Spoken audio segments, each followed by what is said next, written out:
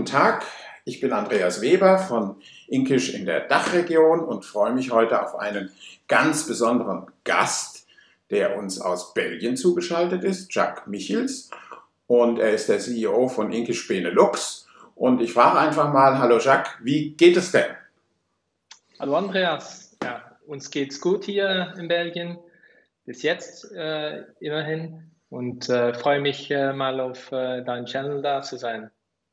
Das freut mich auch sehr, weil du und unser Kollege Yves mit dem eleganten Nachnamen Daviau de Ternay, habe ich das richtig ausgesprochen? Genau. Der CEO von Inkish France oder Inkish France hat mit dir zusammen vor kurzem eine sehr umfassende Webinarreihe gestartet, über die wir uns heute unterhalten wollen.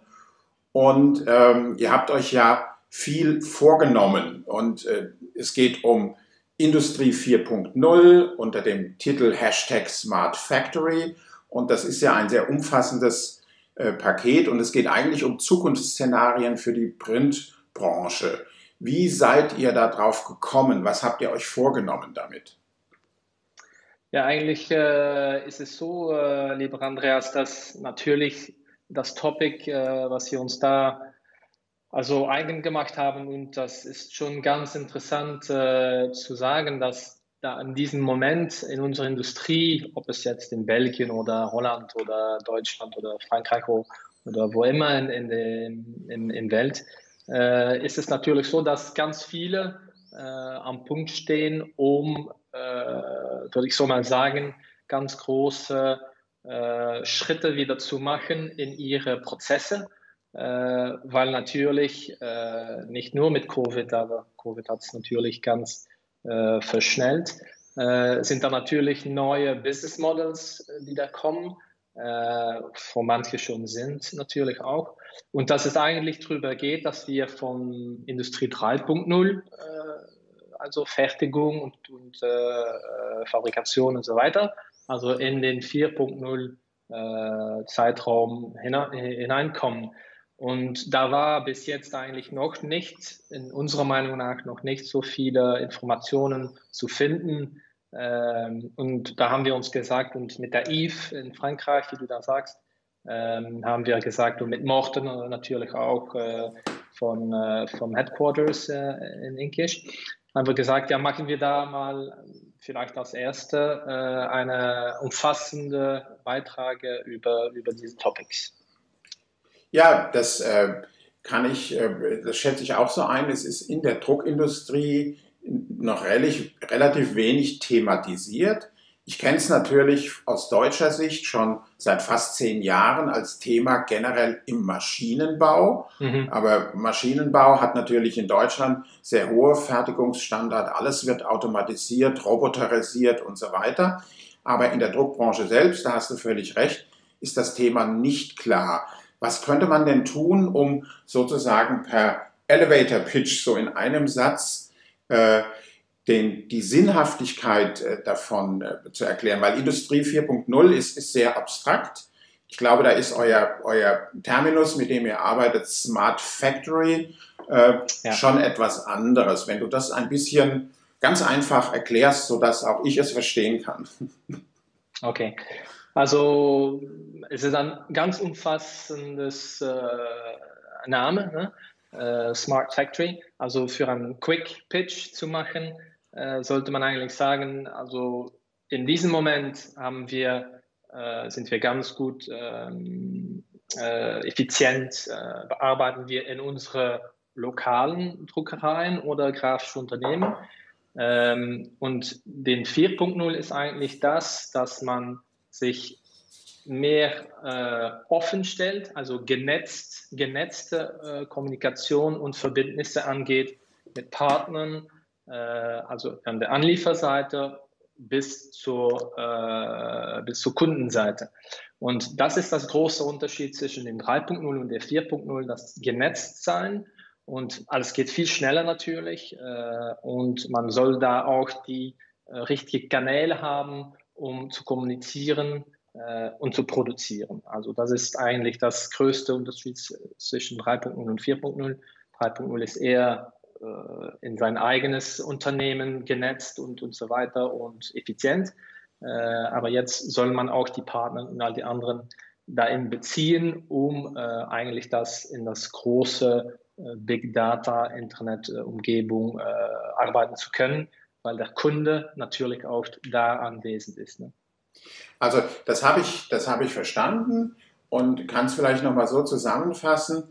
In der Vergangenheit musste man ganz stark auf die eigene Wertschöpfungskette, auf die eigenen Prozessschritte achten, diese automatisieren. Ich glaube, da sind viele sehr weit schon gekommen und die heute verfügbaren Technologien ermöglichen das eigentlich alle, egal von welchem Lieferanten etwas kommt. Und der neue Schritt ist, dass man diese Konnektivität, die man in der eigenen Fabrikationsumgebung hat, jetzt überträgt Richtung Supply Chain Partner, Richtung Kunden, Richtung Logistik und so weiter. Und das wäre dann sozusagen das smarte Element. Ich habe übrigens, wenn ich das sagen darf, also in der Zeit, als Twitter und Facebook aufkam, habe ich ein White Paper geschrieben, das nannte sich Smart Communication. Und weil ich gedacht habe, wenn die Welt so digital wird, muss sich natürlich unser Kommunikationsverhalten ändern. Das ist, glaube ich, bei Smart Factory auch wichtig. Und ich habe damals nachgeguckt, was heißt eigentlich Smart? Und das Oxford Dictionary hat eine super schöne Erklärung, weil es hat verschiedene Bedeutungen. Das eine ist clean and neat. Das zweite ist intelligent. Das vierte ist fashionable. Und das fünfte ist quick und das sechste ist computer controlled to appear intelligent. Und das finde ich großartig. Ja? Also to appear intelligent. Und daher die Frage, wie viel Technikwissen braucht es denn als Voraussetzung, um sich überhaupt mit dem Thema auseinanderzusetzen? Ich habe die Befürchtung, viele denken, die Latte liegt extrem hoch und sie schaffen das nie, weil sie sind ja keine Big Data Spezialisten und so weiter. Was kann man machen, um diese Angst abzubauen? Ja, ich glaube, die erste Stelle, die Angst ist immer ein schlechter Ratgeber. Ne? Das zum Ersten. Zum Zweiten, ich glaube, es ist nicht die Frage, ob wir das überhaupt reingehen müssen oder nicht. Ich glaube, vielleicht nicht heute in diesem Moment, aber man soll sich ja auch vorbereiten. Ne? Aber ich glaube, es ist ein Must. Ne? Jeder wird dahin getrieben. Also aber für deine Frage zu beantworten, ich glaube schon, es soll in einem Unternehmen Leute geben, die vielleicht etwas mehr im IT-Bereich Kenntnisse haben. Das ist immerhin, glaube ich, schon angewiesen, um die zu haben, weil es natürlich geht über die richtigen Partner finden und mit zusammenzuarbeiten. Und dann im eigenen Geschäft soll man natürlich die Implementation, die neuen Technik, soll man natürlich auch machen können. Ne? Also es ist schon nötig, meiner Meinung nach, was ich da alles gehört habe auch und was ich da sehe international. Es ist nicht immer den ganzen Solution, die man da auf einmal reinmachen muss. Ne? Aber man soll anfangen mit die ersten Schritte, wenn man da noch nicht so ist. Ne? Und meiner Meinung nach ist das eigentlich ein gutes ERP oder MIS-System, wo eigentlich die Frontseite und die Weiterseite eigentlich genetzt werden können. Aber meiner Meinung nach ist es wirklich ganz important, um eigentlich das erste System zu haben, ne, ERP oder MES, wo man drauf bauen kann und was man füllen kann. Und von daraus kann man dann wieder weiter Kopplung machen oder netzen.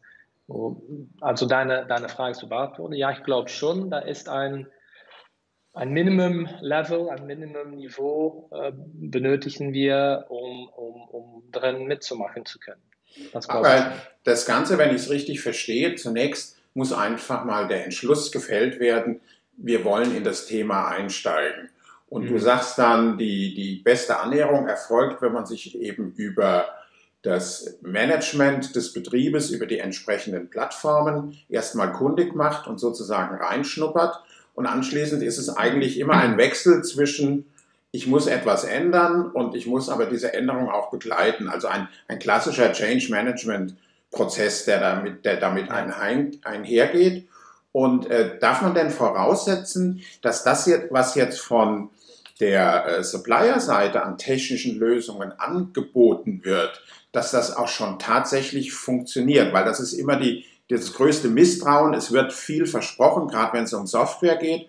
Und im Deutschen sagt man, naja, und am Schluss kriegen wir ein Bananenprodukt, das bei uns reifen muss. Wie ist da der Stand der Dinge, was Smart Factory angeht?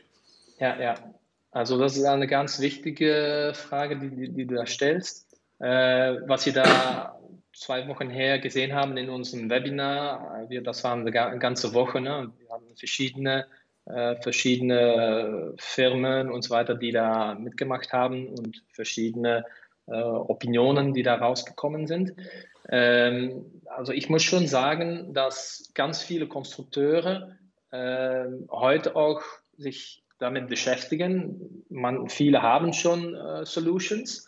Die Frage ist natürlich, ob sich das so reinpasst in also jeder seine eigene Operation, ne, die heute haben. Da werden ganz viele noch Annoncen gemacht werden in die Wochen, die kommen werden. Große Unternehmen, Heidelberg und die anderen, die auch ihre Virtual Webinars, um das anzukündigen. Aber ich muss schon sagen, dass da genug Solutions sind im Moment, um also den ersten Schritt zu machen. Ne? Ich gehe nicht sagen, dass man da dann die ganze Produktion automatisiert hat, aber das ist wahrscheinlich auch nicht nötig. Jeder soll nach seinem eigenen Unternehmen sehen müssen und wie weit und für welche Produkte, dass sie sich automatisieren sollen, weil im Ende ist es natürlich ja der Competitive Advantage. Ne? Man soll sich relevant behalten für den Markt. Und das ist schon meiner Meinung nach das most important, dass man sich eigentlich nicht an der Seite stellt. Ne? Und welche Solution, welche Lösung dazu gebraucht wird, ja, das muss man eigentlich von seiner eigenen Situation zuerst analysieren. Ne?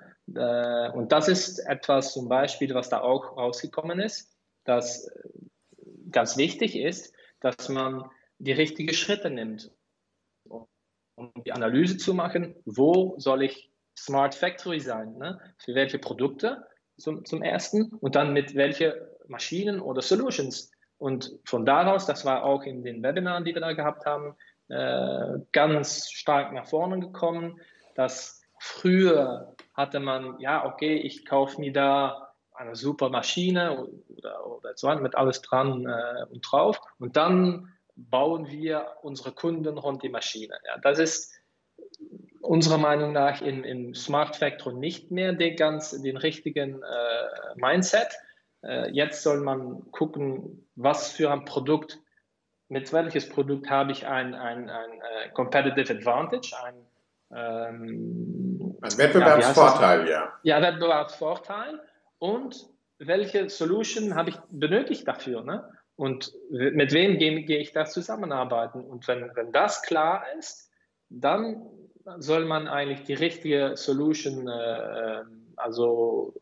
kaufen und von da geht man dann weiter, um zum Ende eigentlich, was ich da bevor sagte, die genetzte Lösung zu haben, um dann auch wieder weiter zu bauen zu können und an dein System eigentlich aufzuhängen, ne? Um weiterzugehen, um dann vielleicht den nächsten Schritt zu machen. Aber man soll immer mit dem Anfang anfangen. Ne? Und das ist ja ganz wichtig, die erste Analyse soll gut sein. Und vielleicht kommen wir mal später auf mal drauf, aber die Businessmodelle und die Strategien, die ändern sich natürlich auch ganz viel. Aber das ist interessant, dass du das sagst, weil die Vorstellung wäre ja, man muss erstmal sozusagen Tabula rasa machen und fängt ganz neu von vorne an. Und das ist eigentlich nur im Kopf wichtig, aber was ich gelernt habe, ist, man kann sich sozusagen Bereiche aus der eigenen Fabrikationstätigkeit vornehmen und kann mit Bestandsinvestitionen arbeiten und ergänzt etwas. Und das Wichtige ist, dass man sozusagen einen Plan gemeinsam mit den Partnern, die man braucht, entwickelt. Und das würde ich ja eher so als agilen Prozess benennen, ja, dass man und diese Agilität beispielsweise, wie man das heute mit Cloud-Programmierungen macht, das ist komplett anders, als man früher programmiert hat.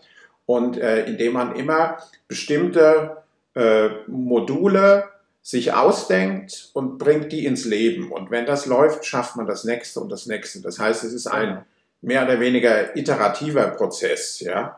Und modularer, könnte man auch sagen. Ja, ein modularer und iterativ meint, dass man immer etwas tut, fängt die Reaktion ein oder die Auswirkung und kann dann Verbesserungen vornehmen. Aber erstmal kommen schon Dinge zum Laufen und das geht dann relativ schnell. Und was ich auch entnommen habe, ist, dass man keine Bedenken haben muss, dass die Technologien, die man braucht, nicht nur verfügbar sind, sondern auch funktionieren. Ich glaube, ihr habt ja eine ganze Reihe von Technologiepartnern gehabt. Und kannst du uns vielleicht einen Einblick geben, wer sich auf der Entwicklerseite, auf der Technologieseite, der Herstellerseite schon alles mit diesen Themen beschäftigt? Ich kann mir vorstellen, da sind sicher auch Unternehmen dabei, die man noch gar nicht so kennt.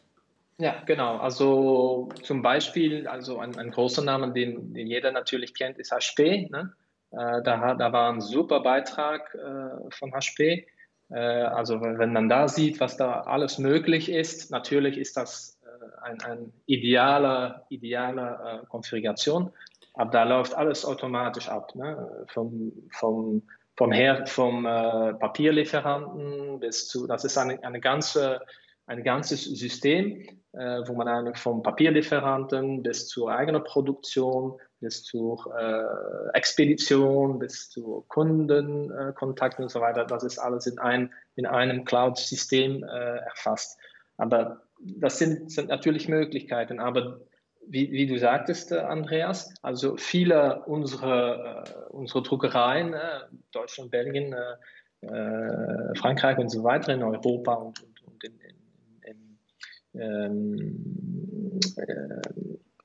die haben eigentlich auf diesen Augenblick, sind die schon schön organisiert. Ne?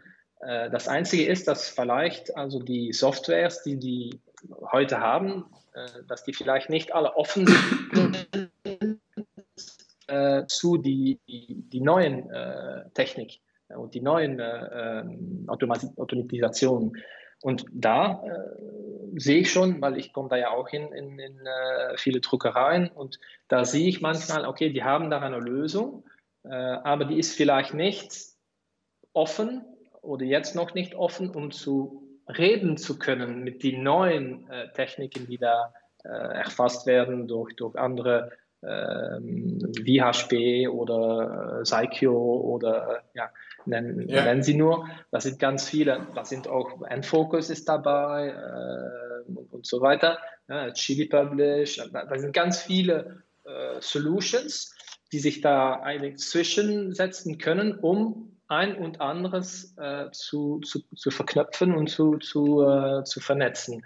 Und da komme ich nochmal wieder drauf, ist es unserer Meinung nach ganz wichtig, dass man sich die Analyse macht, was brauche ich eigentlich? Bin ich offen? Bin ich genug, mein System, ist das genug offen, um andere dazu beziehen zu können? Und das soll man prüfen. Und wie du sagst, da soll man sich fragen an seinen Partnern oder vielleicht die neuen Partner, was die Möglichkeiten sind oder Consultants und so weiter. Und das ist unserer Meinung nach den ersten Schritt, die man absolut nehmen muss, um da klar zu sehen, was geht und was nicht geht. Ne?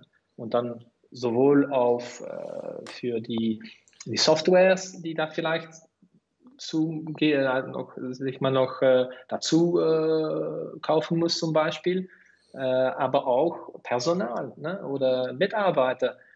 Und am dritten, ganz, ganz wichtig, the Big Data ist alles parametrisiert in das System. Soll man da weiter noch parametrisieren und so weiter, um das System so zu bauen, dass auch die Kommunikation sich machen kann. Und das ist meiner Meinung nach eine der wichtigsten Sachen, so jetzt im ersten Schritt, um das rauszufinden, ob man da ready for ist. Ne? Das heißt, es gibt grundsätzlich diese beiden Wege. Wahrscheinlich das erste ist, und ich denke im deutschsprachigen Raum, in der Schweiz, in Österreich und in Deutschland ist es immer gleich. Am liebsten hat man das ja nur mit einem Lieferanten zu tun. Ja? Also jemand, wenn man Digitaldruck macht wie HP, aber auch Heidelberg, König und Bauer, und wie diese Firmen alle heißen, die sich ja schon bemühen, tatsächlich auch End-to-End-Solutions bereitzustellen. Und ich glaube, Richtung Industrie 3.0 funktioniert das schon sehr, sehr gut. Ja? Wirklich von den Pre-Media-Prozessen bis hin zum Post-Press und teilweise auch Logistikaufgaben. Was du aber jetzt ansprichst, ist, dass man sozusagen als Druckerei genau prüfen muss, wie offen ist dieser Lieferant. Weil ich kenne das so, ich habe mir in den letzten Wochen extrem viele Druckereien angeschaut, die erfolgreich sind, trotz Corona. Und das sind Leute, die unglaublich flexibel sind, die ad hoc neue Produkte schaffen können, Covid-Produkte, Schutzmasken und Beschriftungssysteme und so weiter anbieten, auch in Online-Shops. Flyerline in der Schweiz macht das ganz perfekt. Ich hatte da mit Steffen Tomasi das Gespräch drüber. Und wenn man dann hinter die Kulissen guckt, stellt man ja fest, eigentlich arbeiten die mit gemischten Systemen. Das heißt, man muss einen Plotter haben, man muss eine Offset-Maschine haben, man muss eine Digitaldruck- oder mehrere Digitaldruckmaschinen, Toner, Inkjet, wie auch immer. Und es geht ja dann darum, genau dieses Momentum zu unterstützen. Und das meinst du mit Offenheit, dass man wirklich alles Mögliche, was für den Geschäftszweck wichtig ist, nahtlos einbeziehen kann. Sehe ich das so richtig? Ja, das stimmt schon, weil du weißt ja auch, bis jetzt normalerweise ich würde nicht sagen, weil der Bernd Zipper, der hat das auch mal gesagt, also wir in der Druckereibranche, wir sind eigentlich von Naturen aus nicht ganz schnell, ne? Weil es sind immer One-off-Produkte und wir nehmen uns die Zeit, theoretisch, ne? Aber jetzt in das Internet-Publikum, die wollen alles jetzt, gerade, schnell, now. Und wenn man da nicht alle Systeme da aufeinander reingebaut hat, ob das jetzt für Masken oder andere Sachen, dann dauert das zu lange. Also die Time to Market ist riesig important geworden. Mehr durch die Covid-19-Situation natürlich.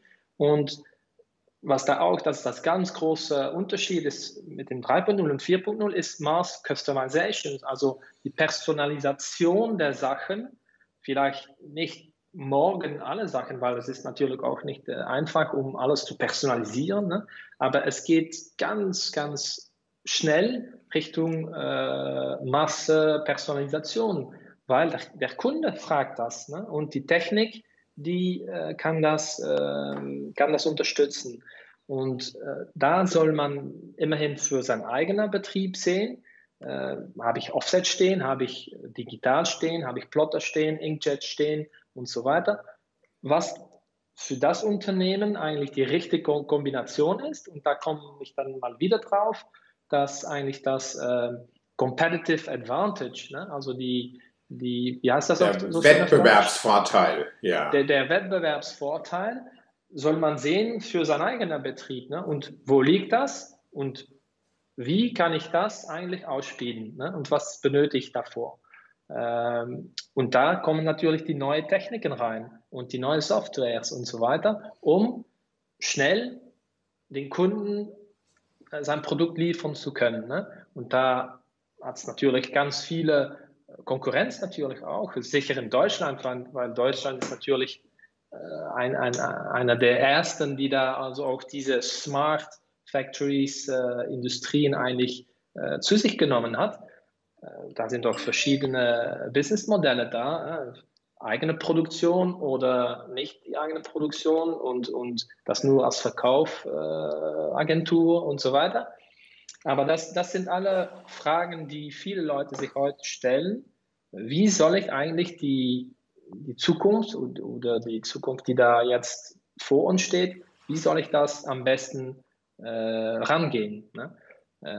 Und da glaube ich schon, dass die Integration von die Vendor, also die Supplier-Seite, die sich da ganz schnell entwickelt mit neuen Solutionen, da soll man sich an befragen und für sich eigentlich ausmachen, ob das ihnen etwas bringt. Und da soll man für sich, also meiner Meinung nach, die Effizienz soll erhöht werden, das schnelles Handeln soll schneller gehen und um das Produkt zum Kunde am besten Preis zu verkaufen. Das ist eigentlich... Also auch gerade das relevante Produkt. Und was ich jetzt auch mitnehme aus dem Gespräch, und übrigens ganz herzlichen Dank, dass du das in Deutsch mit uns führst. Ja, ich versuche schon. Und ich bewundere dich für dein gutes Deutsch. Ich wünschte, ich könnte so gut Französisch oder Flämisch und andere Sprachen. An der Stelle vielen Dank. Aber was ich jetzt mitnehme, ist, dass sozusagen das Smart Factory Konzept, wie ihr das gestaltet und ausgelegt habe, entscheidend hilft und eigentlich unverzichtbar ist, um sich auf volatile Marktbedingungen einzustellen und um sozusagen neue Marktentwicklungen auch antizipieren zu können. Weil ich glaube, das geht in der Vergangenheit vielen Druckereien verloren. Man hat es ja immer schon mit vielen Seiten zu tun gehabt. Man hatte Softwareprodukte von Adobe, von Enfocus und. Also man hat sehr viel Zeit darauf verwenden müssen, seine bestehende Produktion immer up-to-date zu halten. Und man hat immer weniger Zeit gehabt, eigentlich unternehmerisch das Go-to-Market zu betrachten. Das heißt, was tut sich in meinen Märkten? Oder kann ich auf neue Kundenwünsche auch flexibel und schnell reagieren? Siehst du denn auf der Seite der Druckereien, wir reden immer von Printing Industry, aber das sind ja ganz viele Submärkte, die sich da bewegen. Siehst du da bestimmte Marktbereiche, die schneller zurechtkommen? Also gibt es einen Unterschied, was Smart Factory Denken angeht, zum Beispiel zwischen Packaging und Commercial Printing, also den Verpackungsdruck und den Akzidenzdruck zum Beispiel? Oder siehst du ganz andere Bereiche, vielleicht wie Large Format Printing, die schon viel weiter sind? Wie schätzt du das ein? Ja, man kann zum Beispiel in Deutschland hat man da zum Akzidenzdruck zum Beispiel, ne? Und ich sehe da zwei ganz große Unterschiede. Zum Beispiel, also das Businessmodell von zum Beispiel wie ein Saxoprint, ne? Aber der produziert ja selber. Ne? Ja. Und an der anderen Seite zum Beispiel Print24, ne? Der produziert nicht selber, ne? Der lässt es produzieren. Ne? Hat Partner, feste Partner. Ja. Hat Partner, genau, hat Druckereipartner und so weiter. Also das sind schon zwei ganz interessante verschiedene Approaches für im Akzidenzbereich. Und das sind natürlich zwei der größten Konkurrenten manche Druckereien in Deutschland und auch in Europa, weil es sind europäische Spieler. Und da sehe ich schon, dass das Smart-Effekt, und ich soll da vielleicht ein bisschen vorsichtig sein, aber das Smart-Effekt sehe ich auf jeden Fall ganz groß in diese typische Fabriken. Ne? Ja. Und nicht nur in Deutschland, in Frankreich zum Beispiel hatten wir da auch ein Gespräch mit Dupliprint. Die haben da zum Beispiel in Frankreich Juve Imprimeur gekauft. Das ist ein Akzidenzdruckerei, ganz große Akzidenzdruckerei. Und die hatten da eigentlich keine Antwort auf die neuen Anforderungen, ja. Anforderungen, die da sind. Und der Dupliprint war schon ganz viel, also mit dieser Materie macht er schon mit seinen, also er hat das integriert. Aber wenn dann zum Beispiel zum Saxoprint sieht man, der hat das Cost-Leadership-Modell, ne? Weil er da so effizienzmöglich ein Produkt machen will, was er dann verkaufen kann, mit nicht immer am niedrigsten Preis, aber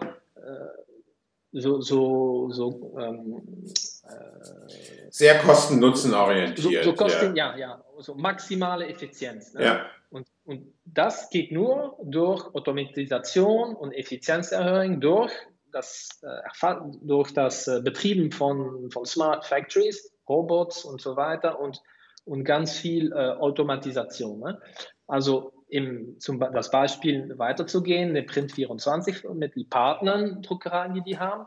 Also die suchen natürlich auch Partner, die in dieses Modell arbeiten, weil sonst kann da keine Marge gemacht werden. Also das ist meiner Meinung nach ganz important, dass also die Druckerei, die relevant sein will in seinem Produkt, soll das sehr, sehr, sehr effizient machen können. Sonst werden die im Internetbereich, wo die Preise alle bekannt sind, ne, und für das more or less gleiche Produkt, ja, das wird man nie mehr verkaufen können am gleichen Preis, weil die anderen haben da einen niedrigen Preis. Also die gleiche Effizienz soll für das eigene Produkt auch gemacht werden können.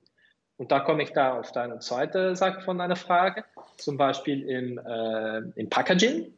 Ja, das sind doch noch immer nicht so standardisierte Produkte, manche schon, aber da siehst du zum Beispiel auch in Saxoprint, die haben da auch schon einen Packaging-Bereich. Ne? Und da kommt man dann dazu, es sind eigentlich nur zwei Modelle da, oder man macht Differenziation, ne? Eine Spezialisierung, die da nicht jeder machen kann, und da soll man dann versuchen, den Besten drin zu sein, oder man geht wirklich für Cost Reduction und Effizienz, und das kann natürlich nur durch all diese Techniken und die Smart Factory einzusetzen. Und unserer Meinung nach auf jeden Fall ist das auf mittlerer Länge, dass da also die großen Spieler und die Druckereien, die sich da haben Effizienz machen können, die Preisniveaus also anbieten können, die werden schon überleben. Die anderen soll man schon die Frage stellen, der Kunde wird nicht mehr akzeptieren, um einen höheren Preis zu zahlen für das Gleiche, und der hat ganz viel Wahl, und es wird auch nochmal ganz übersichtlich sein. Also das ist schon eine Herausforderung für unsere Druckereien, muss man schon sagen. Also das heißt, du siehst gar nicht mal nur als kleines Pflänzchen, sondern schon als ausgewachsene Baumlandschaft, um nicht Wald zu sagen, siehst du einige mit ganz unterschiedlichen Geschäftsmodellen, die da schon sehr weit sind, und mit denen muss man und kann man, auch wenn man nicht die Größe hat, durchaus auf Augenhöhe bleiben. Das heißt, die Smart Factory ist für kleine, mittlere und große Betriebe interessant. Ich glaube, das ist ganz wichtig, überhaupt mal verständlich zu machen. Und eigentlich die Smart Factory fängt an mit einer Maschine, die vollautomatisiert betrieben wird, und genau mit dieser Konnektivität, die du angesprochen hast. Und auf der anderen Seite ist eigentlich das Marktsegment, in dem ich mich tummle, gar nicht so wichtig, weil im Gegenteil, wenn du sagst Saxoprint, die machen nicht nur Akzidenzdrucke, die machen auch schon Packaging, wahrscheinlich noch ganz viele andere Bereiche, dass man genau dahin kommen kann, dass man sozusagen die Mischung verschiedenster Technologien nutzen kann, um ein möglichst vielfältiges, hocheffizientes und auch wertschöpfendes Geschäft betreiben zu können. Ja, exakt. Das ist, glaube ich, ein sehr, sehr wichtiger Punkt, was die Leute sich nicht so klar machen im Allgemeinen, weil in Deutschland und in Österreich, Schweiz wird es sein, wie in anderen Ländern auch, die Mehrzahl der Betriebe, mindestens 80% der Betriebe, haben ja 20 Mitarbeiter oder weniger. Genau. Nur die können können genauso in Smart Factory Szenarien einsteigen wie die Großen. Das ist, finde ich, eine sehr gute Botschaft. Ich habe einen Punkt noch, der kam als Feedback auf einen deiner Posts auf LinkedIn von meinem Freund Rainer Wagner in Costa Rica. Der ist ja ein erfahrener Berater der Druckereien in ganz Lateinamerika. Und der sagte, naja, kommt bei euch das Thema künstliche Intelligenz, Artificial Intelligence nicht etwas zu kurz? Was kannst du uns dazu sagen? Weil ich glaube, er meint es auch dahingehend, dass nur die Artificial Intelligence dafür sorgen kann, dass man sehr leicht mit diesen ganzen neuen Systemlandschaften umgeht und man schafft ja im Prinzip selbstlernende Systeme, die den Druckereiunternehmer unterstützen müssen. Wie ist da aus deiner Sicht der Stand der Dinge? Also da hatte er ja ganz recht zum Erstens. Und der Rainer hat ganz lange Erfahrung. Und eigentlich, was wir da gemacht hatten, wir hatten also ein Slide von die 9 Bausteine, was da Smart Factory und Industrie 4 also ausmacht. Ne? Und das war natürlich ein Modell, was wir da übernommen haben. Und die hatte 9 Bausteine. Was wir da in unserem Seminar haben wir also die 10. dazu gemacht. Nicht nur, weil er das gesagt hat, was mit AI, aber es ist schon so, dass also die Konstrukteure und so weiter, die setzen da jetzt auch viel mehr drauf, ne? Ja. Auf die AI, die Artificial Intelligence. Also es ist richtig, dass das auch und vielleicht eine der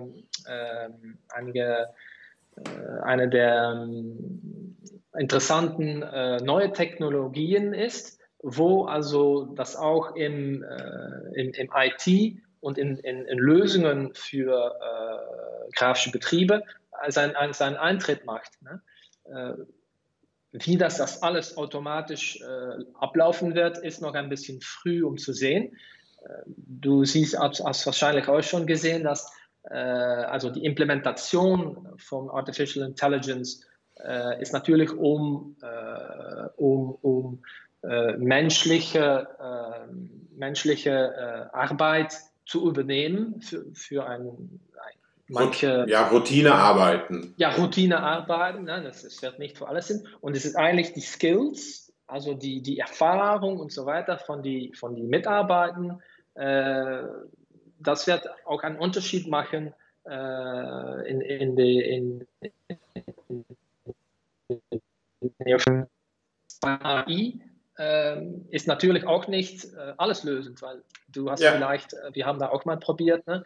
Wir haben da Artikel schreiben versuchen mit Inkish News über Digital Mindset hat der Morten einen Beitrag gemacht und da haben wir eine AI-Engine das machen lassen und da waren doch noch ganz viele Error drin. Ne? Ja. Also, aber es ist es ist schon da, ne? Es ist schon da, aber wie das dann da wirklich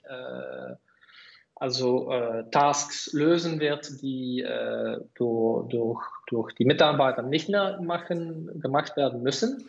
Das sind jetzt noch also nicht so ganz aufwendige Sachen, aber es ist die Automatisation und meistens auch die Kommunikation, die automatische Kommunikation mit Partnern oder mit Endkunden, die da auch also die AI-Lösungen das sehen werden. Ne? Dass da nicht ein Beispiel ist auch für im Marketingbereich, ne? Dass da auch die Kommunikation automatisch geht und automatisch geantwortet wird auf Chats und so weiter, die man da auch im System, das ganz umfassende automatisches System reingebracht hat. Ich glaube, ich weiß nicht, ob Saxo oder die anderen das haben, aber man sieht schon, da schon ist automatische AI drin, ne? Um zu kommunizieren und Standardlösungen zu bringen. Und wenn das dann etwas speziell ist, okay, dann kommt wieder der Mitarbeiter dazu. Aber es ist ein ganz breiter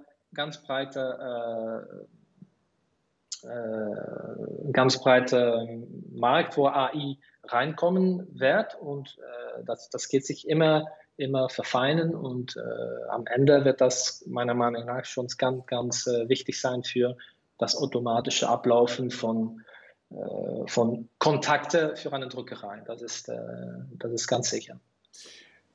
Sehr schön, dann entnehme ich dem, ihr habt das im Blick, aber derzeit ist es noch nicht ganz so im Vordergrund, weil es natürlich kein einfaches Thema ist. Ich hatte im Februar mit Tom Oelsner von Heidelberg, der ist ja der Chief Innovation Officer, auch innerhalb von Heidelberg Digital Unit, und der hatte ja dann sozusagen seine Heidelberg Assistant Plattform ergänzt um künstliche Intelligenz Funktionalität. Und das war sehr interessant, dass er sagte, ein solches System, bis es tatsächlich zum Laufen kommt, weil es ja ein selbstlernendes System ist, das gleicht ja immer ab. Die beziehen das ja auf das Produktionsumfeld, und da wird eben gelernt, wie ist die Nutzung in der Druckerei, was passiert da, welche Problemfelder es gibt. Und dann hat er aufgezeichnet, das ist eigentlich ein Kreislauf, und der dann immer schneller ins Rotieren kommt, damit einfach das Wissen über Unmengen Daten in der künstlichen Intelligenz sich dann tatsächlich auch sehr umfassend auswirken kann. Das heißt, das ist wie so ein Dominoeffekt. Man stößt etwas an, und dann muss man einfach Geduld haben und mit dem System lernen, vom System lernen, und das System lernt von mir als Mensch. Und er sagte auch ganz wichtig, dass es eben nicht darum geht, jetzt Menschen zu substituieren, sondern den Unternehmern, nicht unbedingt, sondern den Unternehmern mehr Freiraum zu geben, um tatsächlich strategisch besser arbeiten zu können, einfach auch mehr Zeit zum Nachdenken zu haben. Das ist, glaube ich, ganz wichtig, weil ich denke, es wird mehr die Robotik, Routinetätigkeiten ersetzen in den Firmen. Man sieht das allein im Offsetdruck. Man kann moderne Offsetmaschinen gar nicht mehr betreiben ohne automatische Plattenwechsel. Und das muss alles automatisiert sein und mit künstlicher Intelligenz gesteuert, weil die Maschinen, wenn eine KBA Rapida für einen 8-Plattenwechsel 1 Minute braucht, so schnell hat der Operator die Platten gar nicht an die Maschine gebracht. Ja? Das sind so kleine Dinge, aber ich sehe, es baut sich auf, und ich bin sehr froh, dass Yves und du, dass ihr da und mit Morten zusammen den Startschuss mal vollzogen habt. Und ich denke, das Thema wird uns viele, viele Jahre noch begleiten. Aber ich habe gelernt, es gibt keinen Grund, sich jetzt nicht mit dem Thema auseinanderzusetzen. Im Gegenteil, es ist ein Muss, es ist ein Must-Have und nicht ein Nice-to-Have. Und vor allen Dingen, es bietet ganz viele Möglichkeiten, die Wettbewerbsfähigkeit zu stärken und sehr nah an Marktentwicklungen zu sein. Und was auch ganz wichtig ist, man kann schon vertrauen auf eine Vielzahl von technologischen Lösungen, die man sich gut anschauen muss. Und insofern ist ja empfehlenswert, dass man das Replay eurer Webinare, dass man sich das anschaut. Wir werden dann auch zum Interview nochmal den Link mit posten, plus diese ganzen tollen Fachartikel, die ihr ja vor dem Webinar auf English News gesetzt habt. Das ist ja eine richtige Pflichtlektüre. Ja. Und die Frage jetzt noch, wie werdet ihr denn das Thema weiterverfolgen? Weil genauso wenig wie Smart Factory etwas ist, was man sich kauft, installiert und es ist abgeschlossen. Es ist ja ein Prozess, alles fließt, Panterei. Genauso wird das ja bei euch auch sein. Was sind so die nächsten Schritte, die ihr unternehmen wollt? Ja, also mit das Konzept Smart Factory Industry 4.0 haben wir das also 2 Wochen her, also hier in Europa gemacht, jetzt im November, aber wir gehen da auch noch über kommunizieren, wird er auch das einen Verfolg kriegen in den USA, weil ja, da haben die doch auch die gleichen Probleme und Challenges. Und da machen wir da auch die Awareness Sessions in den USA und auch hier in Europa. Also das war natürlich der erste Anfang, um darüber zu denken und so weiter. Also wir mit Inkish, wir verfolgen natürlich auch all diese neue Evolutionen. Wir werden darüber berichten und ganz wichtig, wir werden darüber nachdenken. Ne? Und dann werden wir da auch also wieder Beitragen drüber schreiben, wie das so vorangeht. Und da kommen vielleicht auch noch, dass wir uns da nochmal drüber halten und dass wir da die neuen Evolutionen da nochmal bringen, vielleicht auch nochmal mit Cases, ne? Like real cases. Wir hatten da fantastische Gespräche mit Unternehmen, zum Beispiel auch in Belgien war da einer, der hat den ganzen Offset hat er rausgeschmissen. Ich sage nochmal, ich hole das nochmal, das war für seinen Case wichtig, weil jeder hat andere Produkte, andere Kunden. Man kann es nicht auf eine Linie für alle gleich, nein. Man soll es wirklich für seinen eigenen Betrieb, für seine eigene Produktion, seine eigenen Kunden und Produkte, soll man sich das überdenken. Was bringt mir das und was soll ich machen? Ne? Aber vielleicht unterhalten wir noch mal ein anderes Mal drüber. Ne? Das war fantastisch, um zu hören. Also der hat ganz der Offset rausgeschmissen, hat alles digital jetzt von Auffassung bis zur Druckerei bis zu also die Nachbearbeitung, Logistik. Und das ist wirklich eine Smart Factory. Die machen Bücher in Kleinauflagen und so weiter. Aber immerhin, das ist ein schöner Exempel von jemandem, der eigentlich auch Angst hatte, ne? 5 Jahre her oder 6 Jahre her. Und das ist der Druckerei Peters in Leuven in Belgien. Und ich glaube, das ist einige der einzigen in Europa, die jetzt schon so weit sind auf IT und auch in der Produktion für ihre Produkte. Und das sagt er auch ganz klar, das ist nicht für jeder. Ne? Und man soll seine eigenen Produkte betrachten und sehen, wie sie das also sicherstellen können. Aber wir werden wahrscheinlich noch weiter darüber berichten, auf jeden Fall. Das freut mich sehr. Wir bleiben da am Ball. Und ich denke auch dieser Dialog zwischen Deutschland, Österreich, Schweiz, Belgien, Frankreich und du sagst dann auch USA. Ich glaube, das ist ja eine Besonderheit, die wir hier bei Inkish haben, dass man genau auf diese unterschiedlichen Expertisen und Erfahrungen zurückgreifen kann. Und das ist toll, weil unter den Druckereien selbst ist es ja eher unüblich, dass man mit Kollegen redet. Und ich denke, für uns bei Inkish ist es sehr wichtig, auch in dieser Kommunikation offener zu werden und von anderen lernen. Und da muss man sich nicht schämen und da muss man, glaube ich, auch nichts zurückhalten, weil letztendlich sehe ich ja Smart Factory auch als ganz große Profilierungschance für die Druckereibranche insgesamt, zu zeigen, wie weit vorne man ist. Weil es hat ja schon ein bisschen was zu tun, fast vergleichbar mit den Anforderungen in der Raumfahrt, ja, wo ja auch jedes Raumschiff ist eigentlich ein Smart-Raumschiff, das geht gar nicht anders, einfach weil die Anforderungen so extrem sind. Und wir haben aus meiner Sicht in der Druckbranche eine relativ ähnliche Situation. Die Anforderungen sind enorm hoch. Die Fehlerquellen sind unzählige Fehlerquellen, die auftreten können und.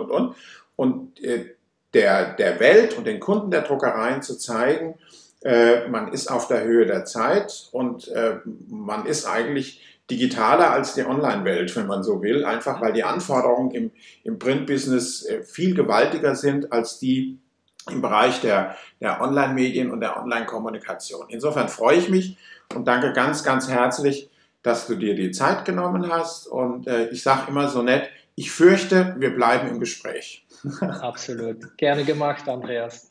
Ja, dann gute Zeit und bleib gesund. Und schöne Grüße an Yves. Du kannst ihm ja dann schon mal erzählen, dass wir ein super Gespräch haben und er kann ja gerne wenn er sein Deutsch verbessern will, das einfach mal abhören. Okay, ich sag's ihm. Also, ciao, ciao. Vielen Dank. Danke. Tschüss.